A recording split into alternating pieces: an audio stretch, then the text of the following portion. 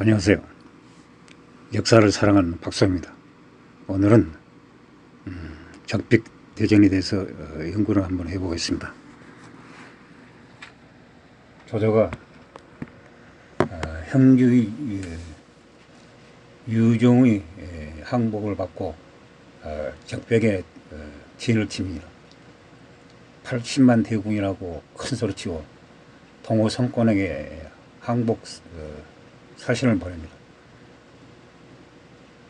동호 성권은 고민에 빠집니다. 항복하자는 파가 많고 싸우자는 파는 소수였습니다. 예, 형 선책이 죽으면서 외치는 지휘에게 묻고 내치는 장소에게 물어라 하는 유언이 생각납니다.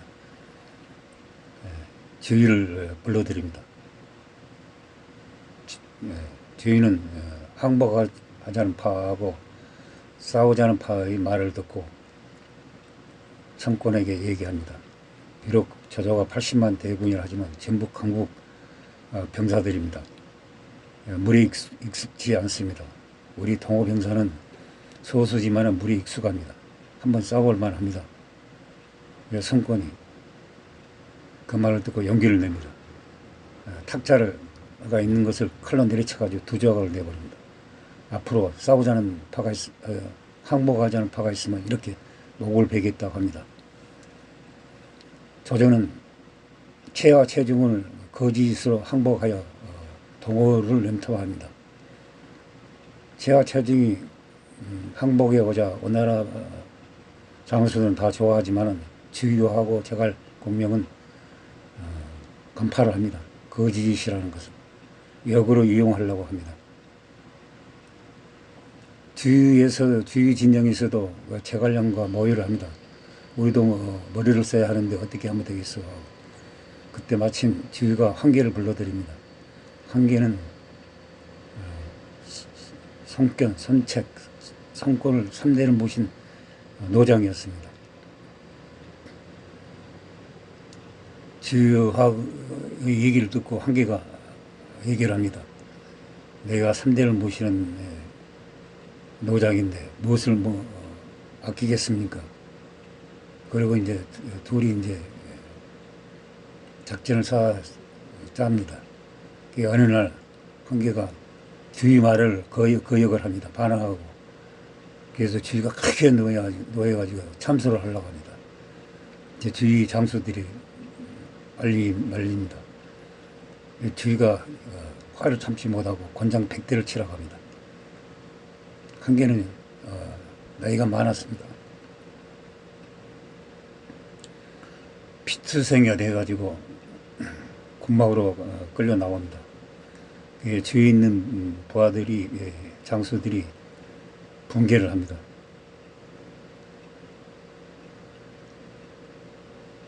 그대로 감택이라는 사람이 황계가 이제 누워 있는 곳으로 와서 뭐라고 이제 문병을 합니다. 황계는 감택이 오는 것을 알고 그렇지 않아도 항복 문서를 조조에게 보내서 보낼 사람을 찾고 있었는데 마땅한 사람이 없었습니다. 감택이 가만히 아릅니다. 이건 혹시 고육지계가 아닙니까? 황계가 쉬 하면서 어떻게 알았어? 아니 주 장군과 황계 장군의 사이를 내가 알고 있는데 이게 아무것도 아닌 걸 가지고 이렇게 노하는 걸 보고 의심을 하였습니다. 황계는 사실대로 얘기를 하고 항복 문서를 조조에게 보냅니다. 조조가 항복 문서를 보고 크게 노합니다. 이건 거짓 고육지기가 아니오. 나를 속이려 하다니. 크게 노합니다. 감택이 무슨 이유로 거짓을 하시오? 여보시오. 항복을 하려면 날짜가 있어야 할 거 아니오. 날짜가 없이 어디 항복이라고 할 수 있어. 감택의 웃으면서 막 얘기를 합니다. 한계가 사람을 잘못 보았구나. 항복하는 자가 어찌 날짜를 정해가지고 항복을 하란 말이오. 내가 분수를 알고 항복에는 해와야지. 날짜까지 적어서 항복하라는 것이 어디 있어. 이때 마침 최하 체중이 오나라 진영이 사정을 알고 편지를 보내왔습니다. 최하 체중이 편지를 보고 오나라에서 이런 일이 내분이 있었구나 하고 감택이 하는 말을 믿습니다. 감택은 저절로 속이고 무사히 오나라 돌아옵니다.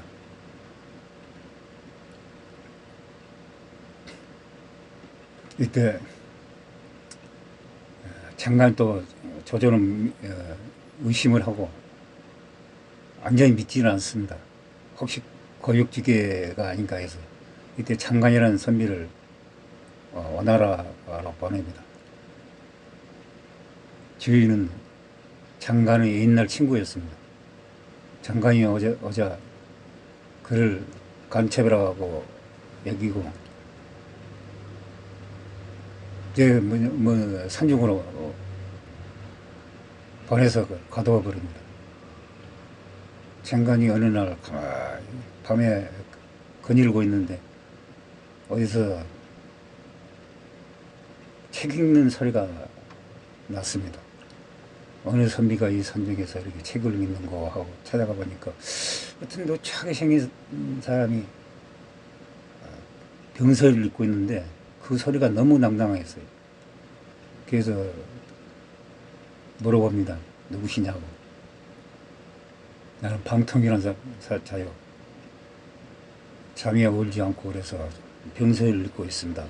장관이 깜짝 놀랍니다. 그 유명한 방통 선생이라니.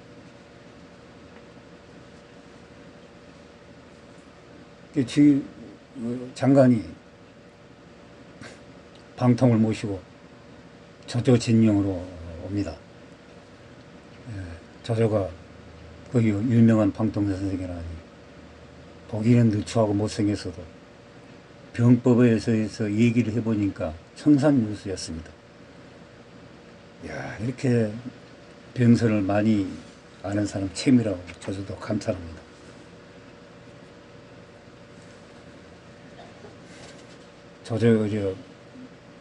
조조가 진영을 구경시켜주면서 무슨 하자가 없지 않느냐 하고 물어봅니다. 방통이 깨를 냅니다.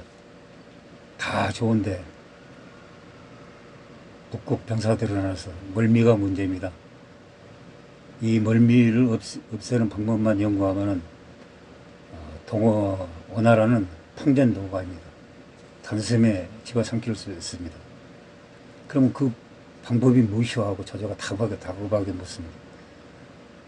배를 30척 50척 묶어가지고 그 위에다 널판지를 깔아가지고 말과 사람이 자유자재로 달리게 하면은 이 멀미란 병이 없어질 것입니다. 조조가 그 말을 듣고 머리를 탁 칩니다. 이 쉬운 방법은 몰랐구나. 여기 판자를 깔고 배를 30척 50척 묶고 판자를 깔아놓으니까 말이고 사람이 벼같이 뛰어다니거든. 매우 좋아합니다.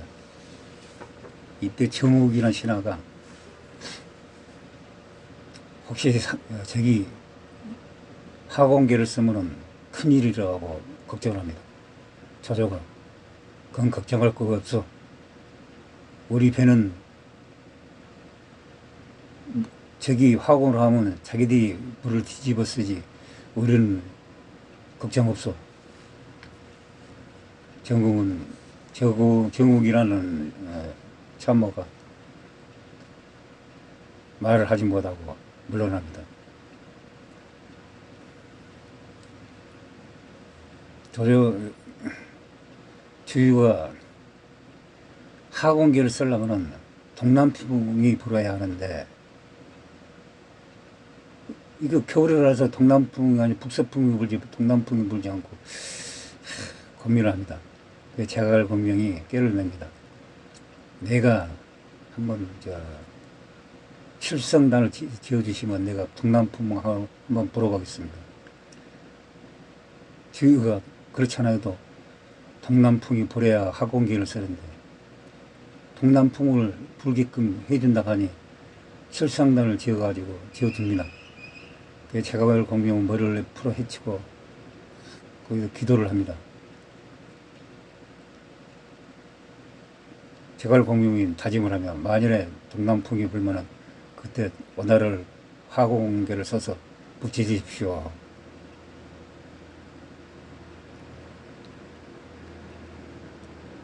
며칠 기도를 하고 있는 사이에 과연 동남풍이 불입니다. 이 동남풍이라는 것은 제갈 공명이 아롱강가에서 있으면서 천문지리를 연구하면서 가끔 겨울이면 동남풍이 분다는 것을 알고 있었습니다. 우리도 어렸을 때 시골에서 가끔 겨울에 동남풍이 불어가지고 따뜻한 것을 한 번씩 느낀 적이 있었습니다. 이 동남풍을 우리 고려시대 때 강감찬 장군이 이 동남풍을 이용하여서 가랑 기주제 대첩에서 가랑군을 대파시킨 적이 있었습니다. 이 바람을 이용한 전투는 이순신 장군이 명랑해전에서 써먹었습니다. 명랑해전을 그 울돌목, 한자로는 울명자, 명량, 울돌목으로 끌어들여가지고 그때는 이순신 장군 배가 13척밖에 없었습니다. 적은 133척. 이걸 1대1로 싸우다가는 상대가 안 되죠. 적이 13척을 포위해보면 어떻게 할 것입니까? 명랑해전으로 끌어들여가지고 정오 12시가 되면 바람이 반대 방향을 불어가지고 물살이 반대로 흐른다는 거 알고 명랑해전으로 끌어들여가지고 대파를 시켜오는 저기 그 유명한 명랑해전입니다. 과연 며칠이 지나자 동남풍이 불게 되었습니다. 이때 주인은 모든 준비를 마치고 적진을 향해 배를 진군을 시킵니다.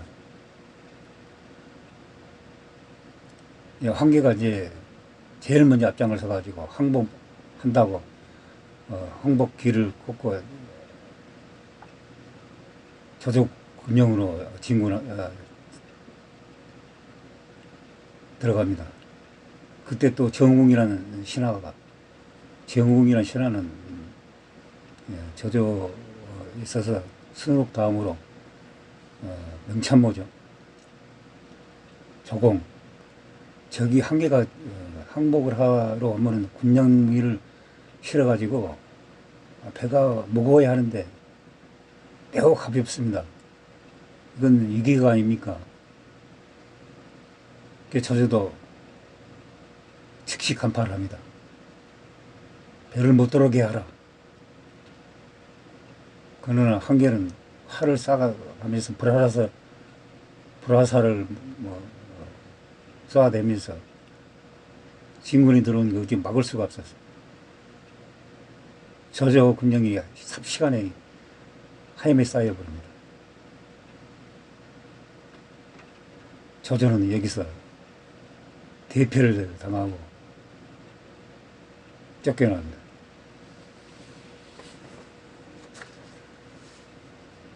저조가 도망오면서 조자람한테 대표를 당하고 그 다음에 또 장비한테 대표를 당하고 하영도라는 곳에 이르렀습니다. 이때 제갈 공명이 여기에 마땅한 장소가 없어가지고 있는데 관우가 나와서 얘기를 합니다. 이, 이 전투에 내가 빠지면 어떻게 하겠습니까? 저에게도 임무를 주십시오.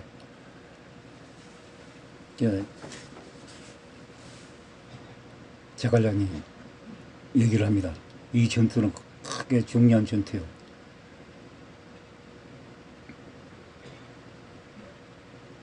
화영도라는 곳이 있는데 만일 관우 장군이 가면은 저자가 여기서 크게 지쳐가지고 관우 장군이 저자의 목을 벨 수 있는 장소요. 그러나 관우 장군이 허도했을 때 저자한테 은혜를 입어가지고 혹시 살려보낼까 해서 내가 주저하고 있어. 저 관우 장군이 크게 소리를 합니다. 내가 허도했을 때 안양문추를 배워가지고 은혜를 갚았습니다. 내가 어찌 군령을 따르지 않겠습니까? 군령 제갈량이 그러면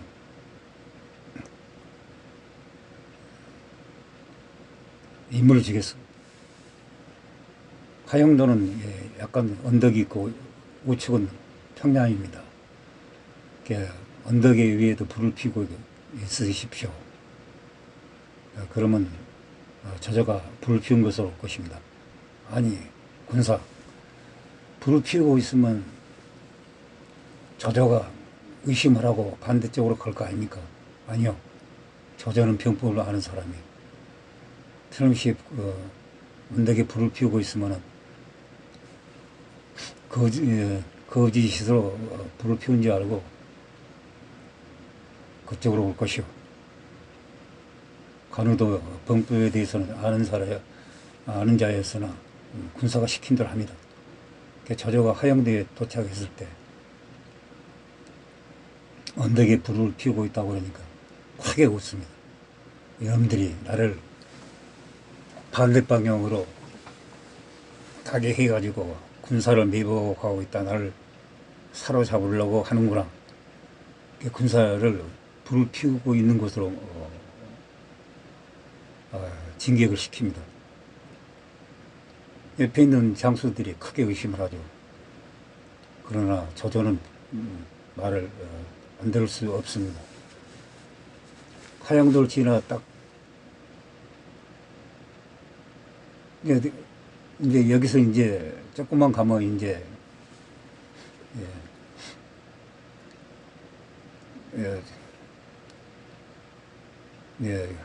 살 수 있다 하고 군사들을 격려합니다. 그런데 갑자기 탕 소리가 징소리가 나면서 관우 장군이 나타납니다. 이제 저절도 이제 주거권을 하고 낙담을 하고 있는데 여기서 또 정욱이라는 신하가 말을 합니다. 저공, 내가 허도했을 때 관우를 봤는데 저 사람이 의리가 있습니다. 한번 얘기를 해보십시오. 관우가야 용기를 내서 앞으로 나섭니다. 관우 장군 오랜만이요. 관우가 얘기를 합니다. 저공, 이제 죽을 장소를 찾았어. 목을 내놓으시오. 큰 소리 칩니다. 조조가 얘기합니다. 사나이의 업이 아직 남아있어. 목숨을 살려주시오. 내가 허도했을 때 섭섭하게 하지 않았지 않소. 관우가 얘기합니다. 그 은혜를 나 알고 있어. 그러나 나는 암양문추를 배워서 그 은혜를 갚았어. 이제 빨리 목을 내놓으시오. 조조가 그것은 현덕공이 어디 있는지 모르고 있었기 때문에 내 진즉에 머물렀던 거 아니오. 내가 목숨을 살려주면은 그 은혜를 또 갚으리라. 그냥 간호가 가만히 뒤를 보니까 그 천안 병사들이 전부 물을 끓고 눈물을 흘리고 있는 거 보고 간호가 부상해가지고 군사를 돌립니다. 조조는 이때 도망가라고 하는구나 하고 도망을 갑니다. 천하의 조조도 대표를 당하고 나서 간호 장군한테 목숨을 구걸하는 걸 보고 역시 조조는 간웅이구나. 때에 따라서는 엄하지만은 또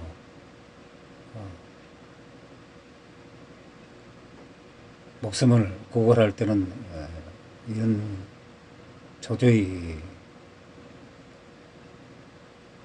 조조라는 사람을 알게 되었습니다. 우리가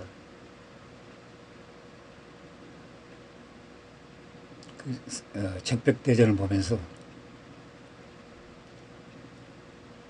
그 조조의 기계, 지휘와 제갈공명의 지모,